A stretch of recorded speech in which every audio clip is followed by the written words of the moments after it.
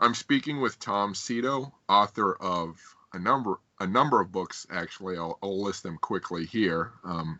Drawing the Line, which is a history of the untold story of the animation unions from Bosco to Bart Simpson.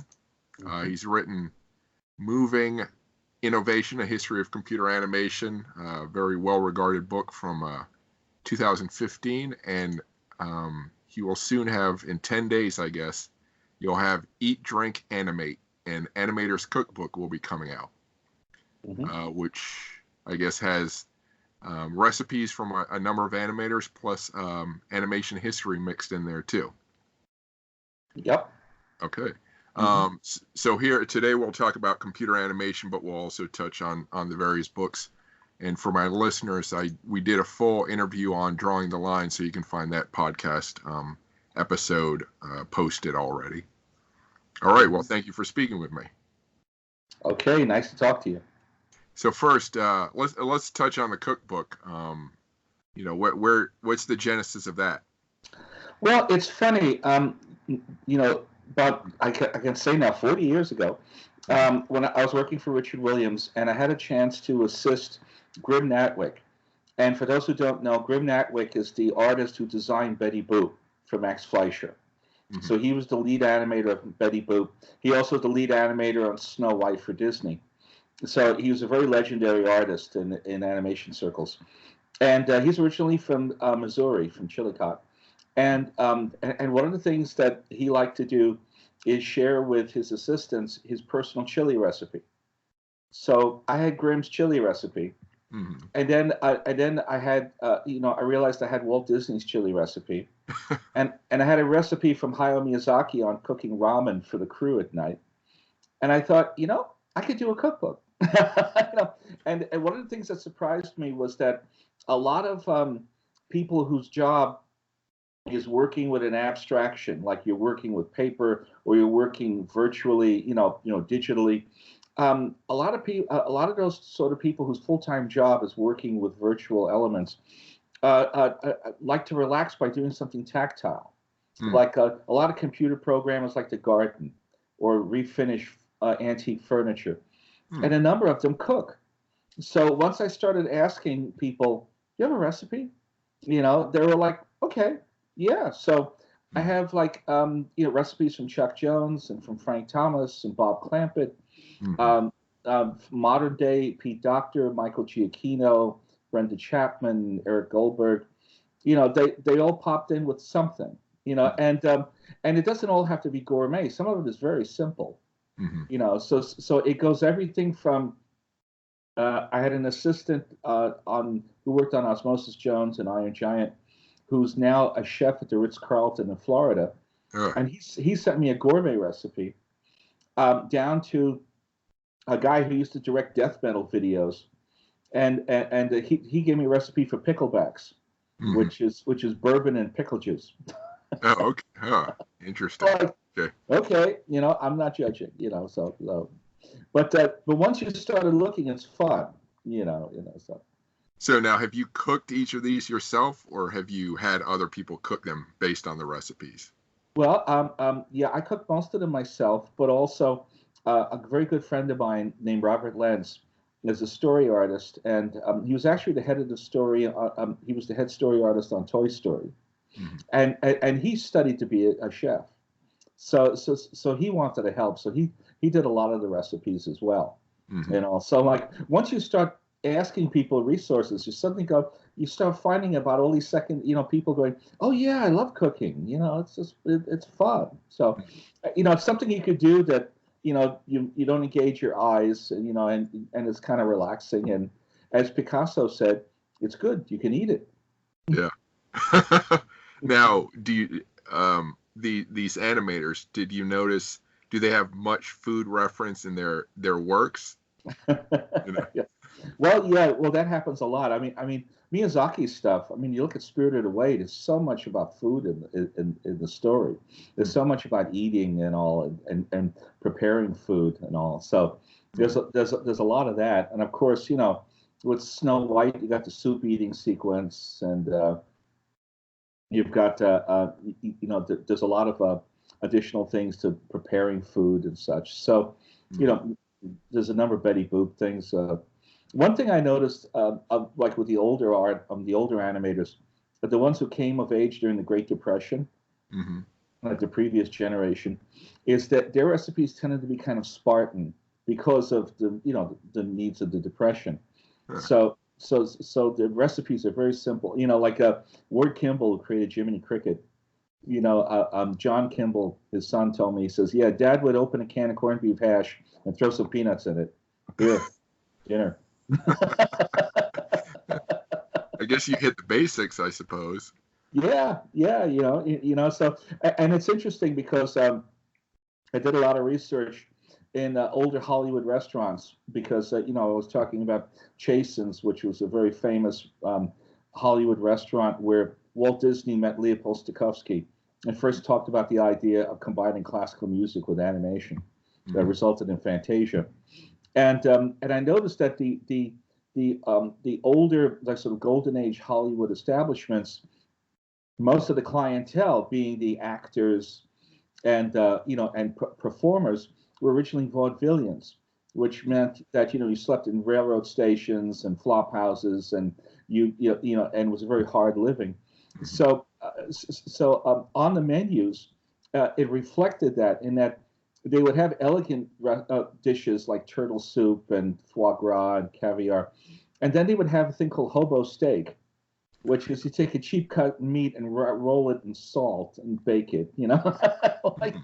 this the kind of thing that you could make on a in a dumpster fire. Like. And I noticed that they would have all these kind of and each one of these elegant restaurants had a chili recipe because I guess Huh. chili was like an easy thing to do.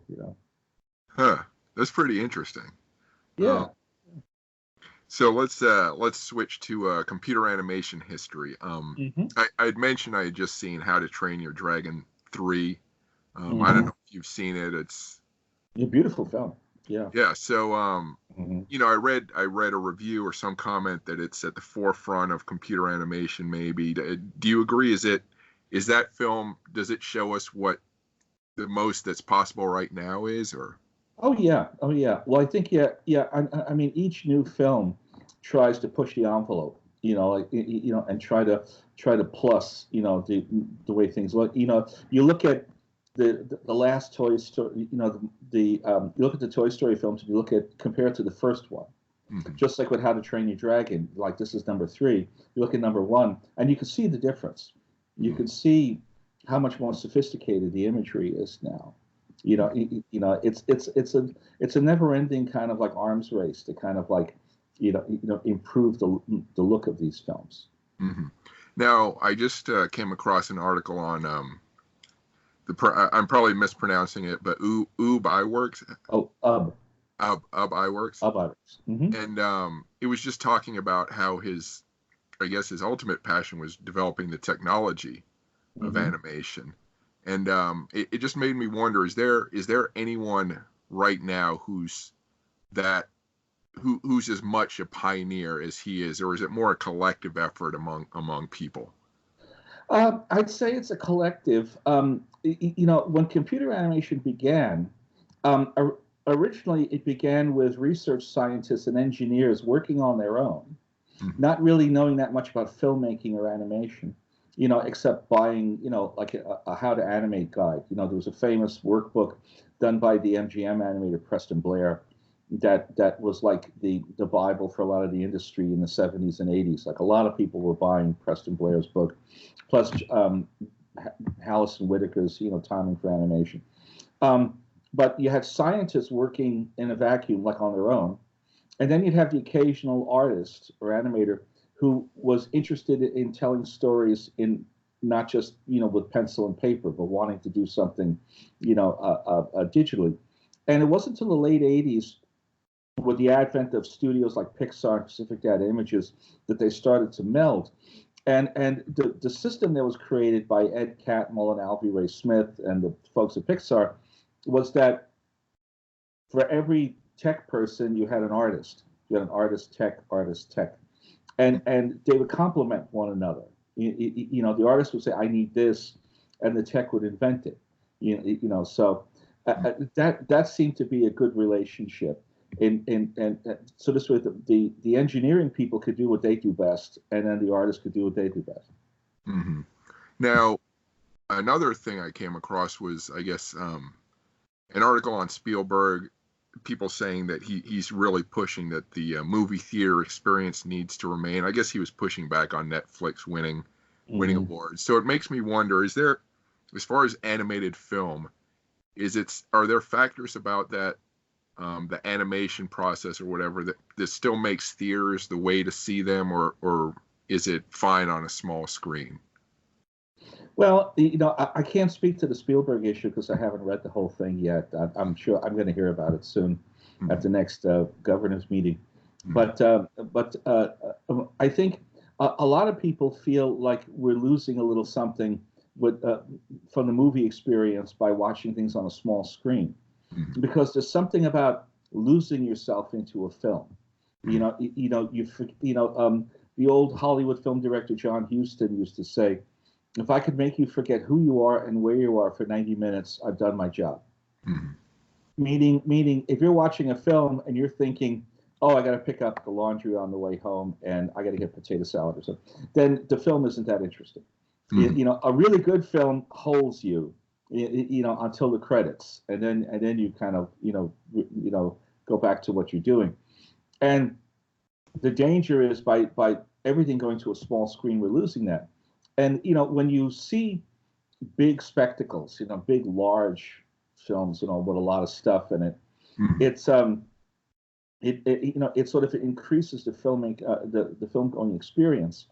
I know that an interesting thing that happens in Hollywood is people say it's a conventional wisdom until somebody proves them wrong. So for a long time, people are saying that HBO and Showtime and Netflix are doing such great shows that things like romantic comedies and smaller films won't work in theaters anymore. Only the giant, Star Wars type things. But then a movie like Crazy Rich Asians comes up and becomes a gigantic hit. So okay, there's a rom-com that did just as successful as any Star Wars or anything. So there's always that, at the same time, and there's also a thing too about, there's something about getting out of the house and getting together with a bunch of friends and going to the movies, and that's enjoyable. And I think that it holds true for animation as it does for live action. So back to the technology of computer animation. So in the past year, again, referring back to How to Train Your Dragon 3, what obstacles or changes did they make, or what did they overcome to make their picture just a little bit better than the last? What's going on? What are people studying and trying to get better? Well, I think that they're doing a lot of great stuff with rendering, with making the stuff feel more 3D, And when I say 3D, it's like as opposed to like a flat drawing, where you're creating a virtual object, but you're shading it and you're texturizing it in such a way that it's believable as a real thing, almost like a photograph. And when you can do that with fantasy characters, that's a great thing. I have a funny anecdote in the book about back in the 80s when one studio was trying to get some effects work on the Star Trek movies. I think it was like Star Trek 3. And what they did is they took a frame of the Enterprise spaceship, and they built a virtual one in the computer. So they had a virtual Enterprise. This is like 1983 or something. So this was still very new. Now it's like no big deal, but back then it was still revolutionary. And they brought in the folks, the studio heads, and they said, here's the Enterprise. You could turn it around. You could look at it from any angle. You could make it go fast. You could stretch it, whatever you want. You could have it done. And the CG guy said, we lost the contract when one of the producers said, "That's beautiful. Can I hold it?" He goes, "No, you can't hold it. It doesn't exist. It's virtual." And he goes, "But I want to hold it." He goes, no, you can't, and he said, it's like somebody had passed gas in the room. Suddenly, like all the air went out of everything, and they walked away disappointed. And he's like, what the hell was that? We just showed you this amazing technology, and Yeah, you just missed it. It went over your head. yeah, completely. So I also noticed the movements of the characters were so precise, and they caught emotional, emotions in the face and the body language. It started to make me think that, real actors need to worry, because if they're animating people that well, showing real human emotion as they did, are actors just going to become unimportant in the process? Mm-hmm. Well, it's a symbiotic relationship because the actors, of course, add a lot to it, and there's always that issue of people are saying that, well, we'll do the motion capture thing. We'll take the actor and we'll put the little sensors all over their face, and then we'll capture the performance. So there's that going on as well. But with really good character animation, it's always the skill of the animation artist, the animator himself. Ollie Johnston, who was one of the Disney Nine Old Men, used to say, a good animation is not just copying life, it's caricature of life. It's life plus. It's that little extra something, you push it a little bit, and that's what gives you your performance. Kind of like when Weta did Gollum in Lord of the Rings, they used Andy Serkis and all the stuff that he did, but they also had some very strong character animators on their team. So they had like some ex Pixar people and all ex Disney people, and they really knew how to work with the live action data to improve it, to create the sort of the more larger than life performance of the Gollum character, and it shows. So how about is as much effort being put, I assume so, in backgrounds and those things in an animation field of view that aren't the focus? Oh yeah. A great deal of attention is paid to that. One of the things that's happened in the last 10 years is the cinematography in animated features has really improved. If you look at animated features in the 1990s up until about 2005, it was all kind of lit the same way. It looked like it looked like a cheap video game. It was very bright, very simple. The grass is green, the sky is blue, the trees are brown. And then starting like around Puss in Boots and around that kind of time, they started to bring in real cinematographers to sort of work with the lighting on these films. People like Roger Deakins and what's his name? Oh my goodness, the guy who directed Pan's Labyrinth. I'm sorry. It's Guillermo. Yes, yeah, Guillermo del Toro. Yeah. Guillermo has like worked with the animation directors at DreamWorks on a number of these films, improving that sort of light and shadow. Sort of improving the cinematography of the films, and that's had an effect. Like it's the films are much more atmospheric than they were, say, like 20 years ago. So, when I think about them filming animation, all I imagine is that they draw, frame by frame and then just add them up. Is the process more complicated than that? Well, yeah, I mean, it starts with drawing. It starts with planning, staging, and stuff, storyboard and whatever. And then there's a system, what they call blocking, where they'll figure out the major sets. Like you have something like a Puss in Boots castle or Toothless's the place where he lives, and they'll build that in 3D. They'll build that virtually, and then they'll block out the characters. They have to build the characters in 3D. So it's almost like creating a marionette or a puppet, with hinges and things like that. Like I think the last Shrek. I think in the last Shrek, I think just his face had like 600 controls on it. Mm-hmm. All the little things that to create good facial expression. And again, too, this is in connection with live action acting. There's a great anecdote about Elizabeth Taylor telling Richard Burton once, because her husband Richard Burton was a Shakespearean actor who was used to acting for the stage, where you project a great deal, and she grew up in front of a camera, on a Hollywood screen, where everything she does is blown up large, and Taylor said, I can express myself with my nostril. Like, all I have to do is go. Yeah. And on the big screen, you'll see it. You'll see it that big, So it's knowing that type of control and what you're working with. Mm-hmm. So that all goes into it as well, is in the construction. And so there's the performance, but then there's also the staging, and then there's also what they call a lighting pass. Where they work out again, like how scenes are lit. How they work together. If you think of Ridley Scott stuff, Ridley Scott was very influenced by movies like Barry Lyndon and everything, which had a lot of environmental light coming in from the windows and stuff. And so you look at a lot of his movies, and there's a very moody type of lighting to them, which is fun. Even the science fiction things like Blade Runner and all, it's a very moody looking film. And it's because he's telling a story with light and shadow as much as he's dealing with character. Now, from what I've read from his bio, he started out studying to be a painter, I think, and then switched to filmmaking. Yeah, he's a pretty good artist. Yeah, he was an art director before he was a director. Mm-hmm. So his stuff always has a great look to it.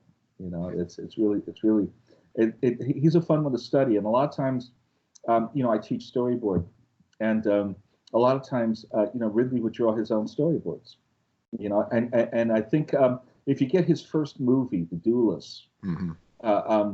There's on the DVD, there's a comparison of his boards to the finished cuts, so mm-hmm. you can kind of look at them side by side. Mm-hmm. Yeah, that's a great movie. I love that one. Yeah, me too. Now you're. I think I read that with the Motion Picture Academy, you're associated with the short films and animation branch. Yes. Is that so? Now, is that short animated films or short films and animation?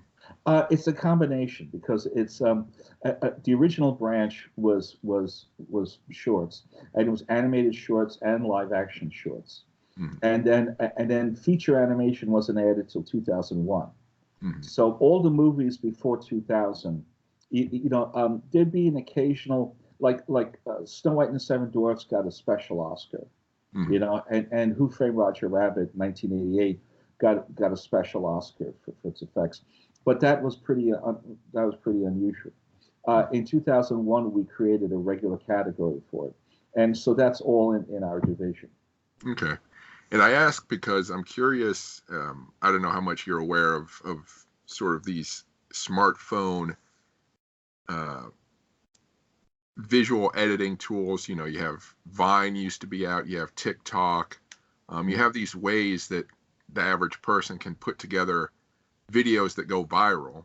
Mm-hmm. And I'm just curious how much that behavior, that sort of stuff influences short films now, or animation or whatnot. Is there a lot of experimentation that you see, or how's that going? Oh yeah. I mean, it's exciting. It's interesting to see what people are doing with the footage, and a lot of times, people will recut stuff, and put a spin on it that's fun. Like somebody once did a recut of Mary Poppins and cut it so that it looked like a horror movie. Mm. And it was very funny. It worked really well. Or somebody else recut the Ten Commandments, the Charlton Heston movie in 1956, and made it look like a high school teen comedy. Mm. It's like Moses is back and Pharaoh's got him. Whoa! Uh-huh. It's very funny. So that kind of filmmaking is great. It's like guerrilla filmmaking, and it's kind of crazy, but it's exciting to see what they'll do with it. And then every once in a while, you'll a diamond in the rough will pop out. There was a British animator, I think it was 10 years ago, named Simon Tofelt, who was teaching himself Flash, one of the 2D animation programs. Mm. And he made these little exercises about his cat, and he called him Simon's cat. Mm. And he started posting them on YouTube and all. And now it exploded, and it's become his career. He's doing a long film. He sells merchandise. There's like a dozen or so of these little films, and they're charming. They're very witty and they're very funny. And if you're a cat owner, you recognize a lot of the things that he does with the characters. Mm. But there's an example of I think there was a Chinese proverb years ago called "All great ideas begin as a hobby." Mm. Mm. Yeah. Yeah. I could see that. Now, I want to ask about, so animation film now in the U.S., you have pretty standard storylines. You have fantasy or whatever. But if you look at, like, in Japan, anime is, goes in all kinds of crazy directions. There's, sci-fi, there's horror, there's all kinds of things they explore. Whereas I don't see that so much in the U.S. anymore. In the 70s, you had like heavy metal. You had, the Lord of the Rings version by Bakshi. Again, I'm not sure. Bakshi. So I don't really see that nowadays in the U.S. Do you think we're ever going to go back to that? Is that, what directions are we going? Well, yeah. I mean, the Japanese tradition is kind of unique, because in the 1930s into the 40s, Walt Disney and the studio system pushed animation towards a performance-based thing, and really kind of based on short film comedy. A lot of the older animators studied Charlie Chaplin and Laurel and Hardy and all, and wanted to put that in their films. So the film sort of evolved out of the short comedy, while in Japan, a lot of animation evolved out of manga, which was comic books, and it was this action adventure, and it was much more, and manga was always adult as well as children. Then the other thing that happened in the States was in the 1950s, when all these studios basically unloaded their short libraries on television. The perception that rose in Hollywood was that animation was children's fare, and that's all, and it's just babysitter stuff. Mm. And in the 60s and all, you had 4 hours of Saturday morning to fill between the cereal commercials. So they just, packed it with all these old cartoons. Yeah. And it's been a thing that Hollywood animators have been trying to beat for years. Like, why can't we do more mature stuff? Why can't we do more serious work? Mm. And it's the problem too with Hollywood animation is that it's such a high stakes gamble. The average animated film, a good quality DreamWorks Pixar style feature is somewhere north of $100 million to make now. When I started working on films like Raggedy Ann and Andy in 1977, that film considered to have a bloated budget of 4.9 million. Mm-hmm. Now you have film like Brave was like 185 million. Mm-hmm. So it shows you like the chain, and a lot of times the studios are wary about doing something that pushes it too much because they're worried about a large failure. Mm. So things like Titan AE came out and flopped. While the next film that Fox turned out was Ice Age, which was a tremendous hit. Mm-hmm. So it's and the thing is, partly it's the problem is that we had educated our audience to accept the idea that animation's for kids. When I was working in Warner Brothers, and we would do test audience things, the hardest thing was teenagers, because they were like, they didn't want to be seen going to a cartoon because it didn't look cool. Mm. So that's a thing that we've been sort of like, that has to be overcome. And I think it's basically towards examples of more and more successful adult animated films. Mm-hmm. Now, why are computer, or why are animated films so expensive now? Is it, are the staffs that much bigger? Are they super specializing on elements of creating this animation? How does that work? Well, the thing that I always thought was funny was when computer animation first began. Part of the selling point they would say is the films will be a lot cheaper because you won't need as many people. Mm. You could make it with a smaller crew. And indeed, something like, say, like digital paint, in traditional animation, the largest department in terms of people was always the ink and paint department. That was always like 500 people or something at Disney. Now the same work of 500 can be done by 20, digital painters. But as you see, when you ever see one of these large animated movies go by, you'll see these Roman legions of names going by, just like in the credits, and you go, who are all these people? And it's all software people. And then, there was one guy, his only job was to make sure. I remember on the first How to Train Your Dragon, a friend told me that they had eight, no, so they had 5 engineers whose only job was the father's beard, to make the beard feel like a beard. So when he shook his head, it moved like a beard. Yeah. And each one of those people is a salary with a family, and they make a living. Mm-hmm. Now, what other applications does this coding and technology have, say, in science or medicine, or where else can it be used? Well, it's funny. There's a lot of a lot of animation being done now. Yeah, in medical research, in flight simulators. One of our professors at USC who worked with me, and he worked in movies as well, but he also worked on the original flight simulator of the space shuttle. Which is like, let's build the thing virtually before we have to build it for real. And make sure it works. They had to work out how the arm that was taking things out of the cargo bay and stuff, would work in space. A lot of things about biology, a lot of things about neurons and blood flow and platelets and things like that. It's much easier to do in a virtual sense. I myself, have helped collaborated on some animated films. One was about the amount of how plastics that are being dumped in the ocean is increasing the amount of estrogen, in the water, in ocean water, and how that affects the ecology. So it's hard to explain it. Actually, one of my favorites was one time I had to animate why rabbits eat their own poop. Oh, okay. Apparently they have to. It's like the first time it passes through their system, it's not digested yet. The second time they eat it, that's when they actually get nutrients and actually get something out of it. Because watching that in real live action is disgusting. Yeah. So have a cartoon character do it. It's much more palatable that way.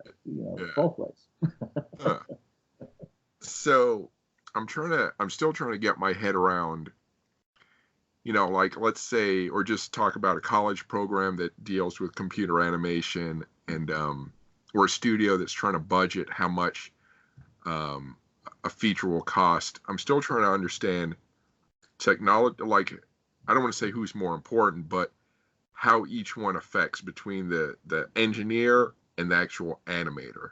How I'm still trying to understand that dynamic and the cost dynamic. Yeah. Well, a very good computer animator once told me years ago, today's innovation is tomorrow's screensaver. Mm-hmm. So things that seem like a big breakthrough, at one point, in a couple of years, it's like no big deal. Mm-hmm. So if you're wanting to make film, on a budget, then there's a lot of off-the-shelf software now that works fine. Back when Toy Story was first being created, and and a lot of the early films were being done, Tron and stuff like that, there was no retail software. They were making it up as they went along, and there's a lot of trial and error. And but now the software packages are good enough to be professional grade. Now, the thing is, the leading studios doing the large films, like the How to Train Your Dragons and the Toy Stories, a lot of that is people not only expect a good movie, they expect the next technological advancement. You look at the career of James Cameron. last 10, 20 years, every film that he's done has been a breakthrough in computer graphics. Like, Terminator 2 was a big breakthrough in computer graphics. When the Robert Patrick character melts through the jail cell bars and reassembles on the other side, that was a very big deal in 1991. And then of course, it followed that up with Titanic, and Titanic was a big breakthrough because when you saw the real people walking around on the deck of the ship, and they're not real; they're all synthespians, but yet we accept them as real people. And then of course Avatar. So each film was a new breakthrough. So I'm sure he's dealing with everybody's expecting the next big thing, the next film he does. So if you're on that track, then that's one type of filmmaking. But if you're trying to make film on a budget, I think you could work with existing technology, and then it comes to your storytelling ability, how good that is. Like the Minions being done at Sony, Despicable Me. Sony's a great studio; they do great stuff, and all, and nothing, but it was a fun story, well told. Mm-hmm. And personally, I was very excited about when Spider-Man Into the Spider-Verse came out. Mm-hmm. That was kind of fun because it was like suddenly like a throwback to it's playing with the format of the adventure film. Mm-hmm. If you think about in the 1930s, Walt Disney pushed animation to be more and more realistic, till you got to Bambi, where Bambi was so realistic, people felt like, why don't you just get a camera and film a deer? Why are we bothering to draw this? Yeah. And there was a reaction. It was called the UPA Revolution, which was the UPA studio said, who said the final goal of animation is to be live action? Why can't we be graphic? Why can't we do more stylized stuff? And I think CG is at that point now, where if you want to animate a fire-breathing dragon running down your street, you could do it, and it looks really good. It looks photoreal and perfect. Mm-hmm. But then the artists are saying, "Is that all there is? Why can't we be stylized?" Mm-hmm. And Spider-Verse, they play with the format of it being a comic book. Like they're not afraid to make it look graphic. There's word balloons coming out of characters' heads, and you can see the borders of a comic book, page, like in the actual film, and that's kind of fun. It's something different. Yeah, that's when I have to see that one. I haven't seen it yet, but that's interesting to hear. It's a very good point. So I was going to ask, are there any studios that are basically focused on storytelling and using off-the-shelf technology? And it sounds like you're saying the Sony Studios is doing that. And are there other studios doing that? Yeah, well, Illumination and stuff, is doing the Minions, that project. And I mean, Disney, Pixar, and DreamWorks will always be at the forefront. They'll always be doing their thing. I mean, the other thing that was fun about Spider-Verse was that, it was fun to see, that film succeed. When it was trying in such a different direction, to go in filmically. So I'm very happy for Sony, those folks. But I think there are smaller films being done. My old directing partner Pete Kroon has just done a film in Holland with his cat character that's coming out soon. I forgot the name of it, but there's very interesting stuff being done in Europe as well as Japan. It's just that not all of it gets into the American market. Yeah. Now, are TV shows, cartoon TV, are they using more of the advanced but off-the-shelf computer animation? I haven't been following that as much, but maybe you know. Yeah. I mean, a few years ago, like we differentiate between 3D programs. A 3D program would be something like How to Train Your Dragon, something where you make the character look very almost photoreal, like very rounded, and and you would use which was software like Maya and things like that. in television, they'll do more sort of 2D drawing-based programs. Originally, it used to be Flash, and then there was a French program which called TV Paint, which the French had done a couple of successful films like Ernest and Celestine and The Cat in Paris that were very popular, and the TV studios have picked up on using TV Paint, and so there's those type of formats. The difference is in television. Television is much more dialogue oriented because less physical action. Because it's more expensive to do big battle scenes and running and fighting and things like that. While characters saying very witty stuff to one another, you just do replacement mouths, and all the humor, is in the writing. Like Chuck Jones, before he died, used to talk about modern TV shows, and he says it's very good radio, meaning you could turn off the picture and you'll still laugh. Yeah, that's a good point. Yeah. So. So, are there any animated films that have come out recently from other countries that you thought were really good, but maybe general audiences weren't aware of? Any stuff you're coming across? Yeah. I think there was a. Like I said, there was some fun French films. There was this one called Ernest and Celestine, which is a charming little film, and it's funny, because it's using a digital format. It looks like it's like hand drawn watercolors, but it was done digitally, which is kind of fun. And they made another little film about the oh my goodness, it was a little thing about a fox, and all, which came out last year, which was fun. There's a lot more interesting things being done, internationally. I mean, even like something like the Despicable Me, the Minions movies. The pre-production was done in America. There's some work being done in Canada. There was also some parts of it were being animated in Paris and Hungary, and some of it in London as well. So all that stuff and everything that all it's become much more global right now. Yeah, how about? I was going to say there's also great work being done in India and China, on their own feature films.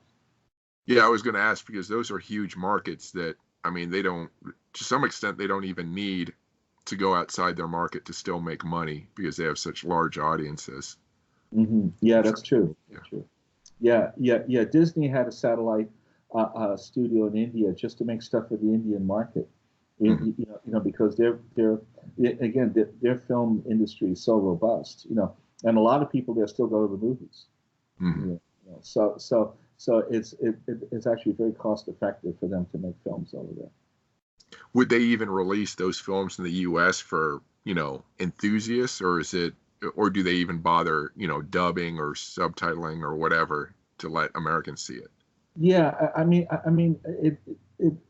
it depends, because the problem is, the American audience is kind of inward looking. The things we like our films and stuff. We don't want to read subtitles. And it's tough, because I mean, even like top Japanese movies like anime and stuff, they do very well on the coasts. They do very well on the East Coast and the West Coast. In the interior of the country, nothing. And Disney did these things where they would take a Miyazaki film and they would bring in they bring in like real movie stars to redub all the movie, and they do a really good, high quality redub into English. And the audience just goes, it's not there. I mean, the people who love Japanese animation love it and stuff. There's always that core fan base, and again too, it does very well in certain markets, but overall in the country, it doesn't hit like the way a Frozen does. Is anything interesting coming out of Russia? Have you seen any Russian animation that's?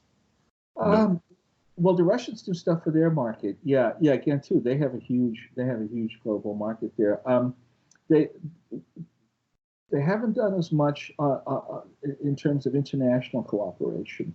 I mean, there's been a lot of back and forth between different, different, like a lot of artists came here to work, like the the Hotel Transylvania movies is directed by Genndy Tartakovsky, who also did Samurai Jack. And Gendy's originally from this, the old Soviet Union.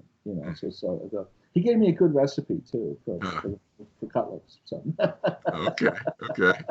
So he's in the yeah, book. yeah. And I don't know if if you saw Hotel Transylvania 3, but it's very good. It's very funny. So. When did that come out? I came out last summer. Okay, okay. Mm-hmm.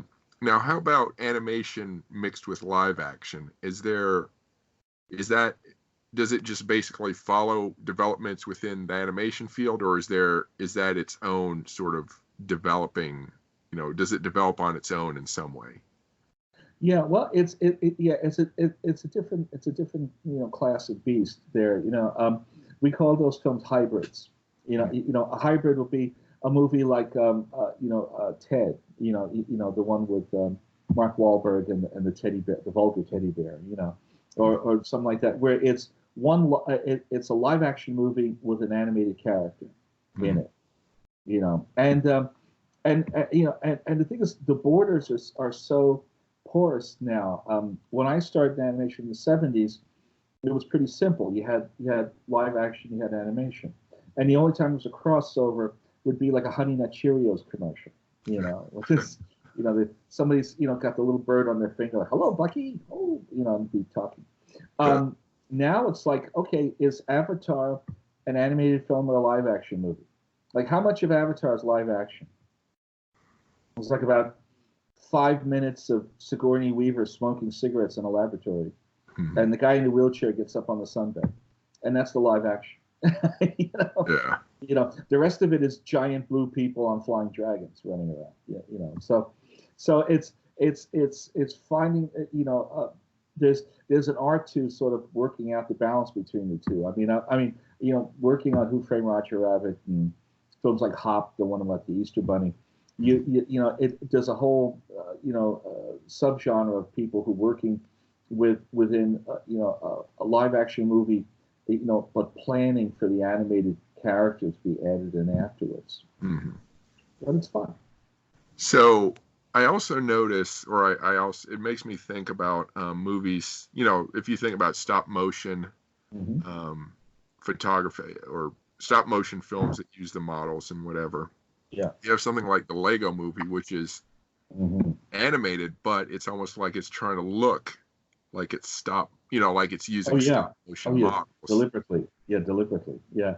I mean, that's kind of fun too, because one of the things I noted in movie innovation was that nobody could predict that when Jurassic Park came out in 1993, and it was such a giant hit, and basically replaced old claymation dinosaurs like the Ray Harryhausen kind of like when you move the little thing with digital. Everybody thought the first thing to go away was stop motion. I mean, even Ray Harryhausen joked about it. Ray, a friend of mine saw Jurassic Park with Ray Harryhausen, and then afterwards, Harryhausen said, "My God, the effects are tremendous on that. It's just fantastic." And he goes, "How do you feel as a stop motion animator seeing this?" And he goes, "Well, as a stop motion animator, I think I and all my colleagues should find a very large cliff and jump off." Oh, but the weird thing is, since then, there's more stop motion being done now than was done in like 1950. And at any one time, there's something like 5 features being done. I mean, Tim Burton does stuff, and the people at Aardman Animation in Bristol, England, the people do Wallace and Gromit. They did Early Man, last year, which got was an Oscar contention for a while. It's a beautiful film, the Nick Park film, and Henry Selick, who did Nightmare Before Christmas, and James and the Giant Peach, he's got another project going. So and then there's Leica in Portland, Oregon, that did Kubo and the Two Strings, and they're always working on stuff. So there was a big explosion of stop motion animation that I don't think anybody saw coming. Mm-hmm. Now, so when you say stop motion animation, you're talking about them filming models and touching it up with animation? Yeah. It's like they build the sets, and you have the little characters, and you move them slightly, step back, and shoot a frame, and then you move it, and you step back, and you shoot a frame. And sorry, go ahead. Oh, but do they touch it up afterward? Like in post, do they add, digital effects or anything on top of that, or? Yeah. I mean, that's where the changes have happened. In the old days, in the Harryhausen days, it was all single frames. So it was all like boom, boom, boom, boom, boom, like this. What they started doing years ago was adding digital blur, motion blur between the frames, so the frames would blend from one to another, and that gave it a more natural feel. It felt like a real thing. Mm-hmm. In fact, if you look at the Making of Jurassic Park documentary, Spielberg talks about how they did some early tests using stop motion, and Spielberg said it still didn't look real to me. He says he wanted the dinosaurs to look like something on Animal Planet or National Geographic. Like, he didn't want it just a monster movie. He wanted them to feel like real animals that panted and sweat and slept. But I think, like in stop motion now, they can do that kind of stuff with the digital, like digitally going over things. Just like there was a Hungarian animator in the 40s named George Pal, who created this form of stop motion called Puppetoons. And Puppetoons was, instead of putting hinges on the mouth like Jerry Mahoney, and you move the mouth up and down and you move the eyes and all, he actually created replacement heads. He would carve 20 or 30 facial expressions in these little heads, and then replace the head each time and shoot a frame, and that would give you your expressions. Yeah. And so he did the Puppetoons like that. And then later on, he had a very successful career doing visual effects for movies. He did the 1950s War of the Worlds and Destination Moon and some of those things. Mm-hmm. But what Leica and some of those guys were doing was they went back to the idea of the replacement heads, except using a 3D printing, so digital printing. Okay. So like one scene, the person's face would have 45 to 72 facial expressions. Mm-hmm. That would be digitally printed out, and then that would be used by the stop motion animator, and that gave it a more smooth, fluid kind of feel to it. Interesting. Now, I just noticed, maybe I just haven't been paying attention, but it seems like the various international film festivals have, like if you go to their sites, they have this option to see all these animated films or short films. It seems like there's a real proliferation and not focus, but attention given to these kind of films. Is that something new that you've seen, like growing? Yeah, well, I think that comes from the proliferation of easy software tools that could be used at home, by individual people. Mm-hmm. I mean, I hate to be one of those old white bearded guys who, when I started way back when, we bang rocks together, But I mean, literally, like if you were doing like the animated titles for a movie, let's say like a Tony Curtis movie, like The Great Race or something, mm-hmm. Saul Bass and those guys would do that. They would take a team of about a dozen artists, about 6 to 8 weeks to do the titles, animated titles for this, a whole team of people. I did titles for an independent film a couple of years ago on my laptop, just with my own setup alone, mm-hmm. In full color and as broadcast quality for a movie. Mm-hmm. And I think people could do that now. The software is gettable, and you pick it up pretty easy. So there's a lot of very interesting film work being done right now. Like we were talking before about the homegrown filmmakers and all. So there's a lot of and the film festivals are picking up on that, and seeing that there's a great market for collections of shorts. Like the last few years at the Motion Picture Academy, we've taken all the Academy-nominated shorts, live action and animation, and put them together in a program and run them in theaters. And financially, it's done very well.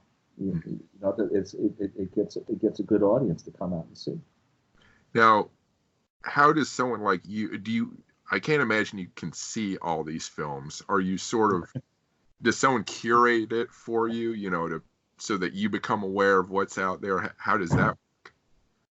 Well, I mean, you try to see as many as you can. I mean, your eyes are bleeding after a while. It's just, animator named Bob Kurtz used to say, "You see too many, you get animation poisoning." So but just like just so much, there's so much stuff to watch now. I mean, we have the same problem that everybody else does, which is it's hard to see everything. I mean, I don't think I've ever watched The Walking Dead. It's just like I heard it's a great series. I don't have time to see it. Yeah.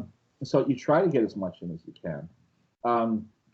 And then again, too, there's places that distribute and things like that. Generally, that's where the festivals have a role. The films that do very well in festivals kind of get everybody's attention. So if you have your own, if you're doing your own animated film at home, look up the sites of some well-known festivals. Go on an animated magazine, site like awn.com or animationmagazine.com, and they always list the prominent animation festivals. And if you enter in a couple of those, your film does well, then suddenly the distributors start to take notice, and it starts to get more play. So going back to the studios, the few that are really trying to advance the art, each movie is supposed to be better than the last. Is there a lot of competition for the animators and the engineers who work in these studios? Is there a lot of movement back and forth, or do they kind of stay put within their studio and work there for years? I think it's a little of both. I mean, animation folks are kind of, we're kind of like I don't say a sedentary group, but we were, but generally when you have a good position and stuff, you tend to stay put for a while. I mean, but like anything to do with entertainment, there's a lot of movement. I mean, just today I was reading that now that Disney has acquired 20th Century Fox, they're going to be shutting a lot of it down. So a lot of people are like, will probably be looking for work pretty soon over there. And there's still the normal kind of movement. Empires rise and empires fall. I always tell my students that when I first moved to Hollywood from New York in like 1978, all the studios that were big powers in animation when I came here, except for Disney, have all gone. But we're all working, and there's still a lot of stuff to do. So when I came here, outside of Disney, the big studios were like Hanna-Barbera, DePatie Freleng, Film Fair, Spun Buggy, Filmation. All those studios are now gone. But there's new studios. I mean, Netflix is doing a lot of stuff. Amazon's doing a lot of stuff. Illumination, appeared out of nowhere. So when one studio falls from the ranks, another takes its place. Mm-hmm. But you find that the animation professionals, like movie stars, will go from place to place. So you can have a great career. You may not spend 40 years in one place to get a gold watch at the end, yeah. But you'll have a pretty good career. Making films. So, looking ahead in the future, can you predict what sort of the next big, not gradual development in computer animation will be, but can you envision a big major change and who might do it? Well, I was talking with a friend, Philippe Bergeron, who did Tony the Peltry in the 80s, and he does paintscaping now. He does animated spectacles, things on the walls of buildings and stuff like that. And we were talking about because he was a pioneer in computer graphics, And I asked him, I said, what do you think is the next big innovation? He says, it's the only thing that hasn't changed in 100 years? The screen. We're still looking at a white sheet tacked up on the wall. Mm-hmm. Because maybe that's the next thing to go. I don't know. I mean, it's hard to predict. I mean, in 1975, when I started my career, if you told me 15 years in the future, the most popular show on television is going to be an animated sitcom with a yellow kid with a jagged head, I'd say you're crazy. That's never going to happen.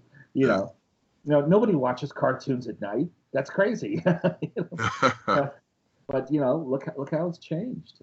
So 15 years from now, who knows? The other thing that's interesting too is, like I related in moving innovation, sometimes things that are done by the government, sort of science and military communities, has a way of matriculating into the private sector. So a lot of early video games and stuff were like flight simulators. Like in 1980, Microsoft just took their flight simulator to train pilots and released it as a home game called Flight Simulator.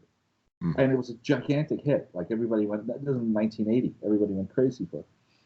Things like Velcro and, Tang and, the silver blanket you get when you're doing a marathon, that's from the space program.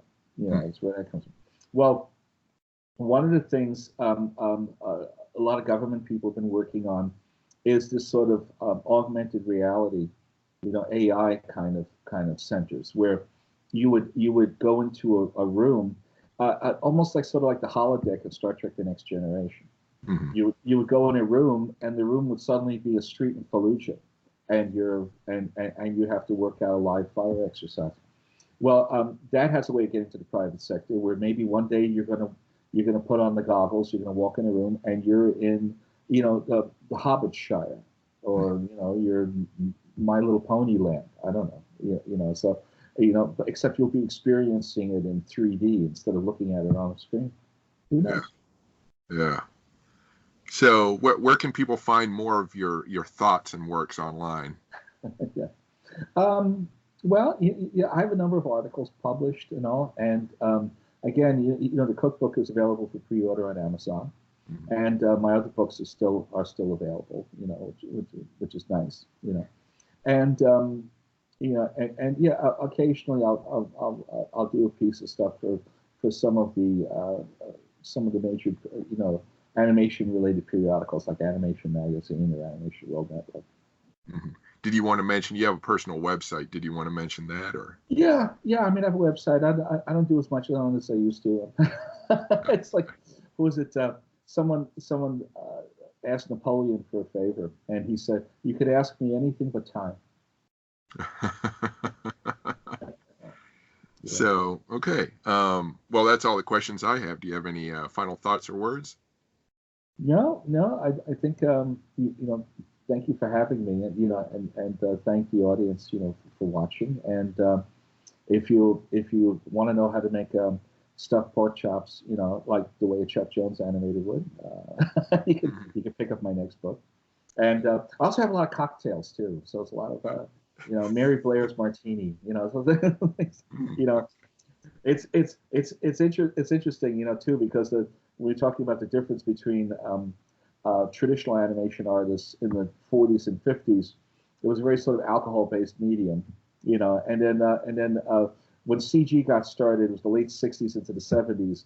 So there was a lot of pot and LSD, and but it's like these genius engineers, these guys at MIT and stuff, going, dude, let's make cartoons. And they did, and it was incredible, So it's interesting to see where it's going to go next. I don't know, people getting off on lattes or something. Yeah. Decaf. You don't have any brownie recipes in the cookbook, do you? No, I know. That would have been good. Yeah. So I wouldn't be surprised, but that would be fun. Cool. So thanks for speaking with me. All right. Thank you very much. Thank you for listening. Don't forget to visit chrisalvarez.com or theartofsciencefiction.com for more great interviews, photos, and articles. Your visits help support this podcast. Please remember that my first name, Chris, does not have an H in it. One of the best ways to provide feedback for this podcast is to rate me on iTunes. Please give me a good rating if you liked it, or feel free to give me a bad rating if you didn't. I'll use that feedback to make this a better podcast. You can also follow me on Instagram under Chris Alvarez Sci-Fi, on Facebook under Chris Alvarez WLC, on YouTube under Chris Alvarez WLC, and on Twitter under Chris Alvarez WLC. Thanks for listening and keep imagining the future.